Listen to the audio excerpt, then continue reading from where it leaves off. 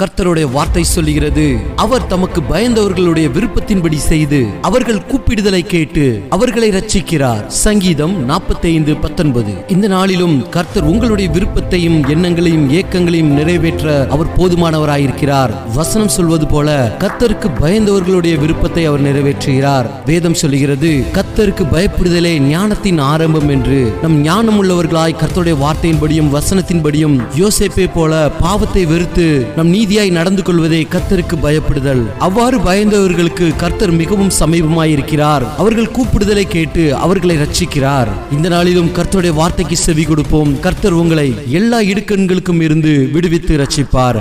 ஆமேன். கர்த்தருக்கு பயந்து அவர் வழி நடப்பவன் என்றென்றும் பாக்கியவான். கர்த்தருக்கு பயந்து அவர் வழி நடப்பவன் என்றென்றும் பாக்கியவான்.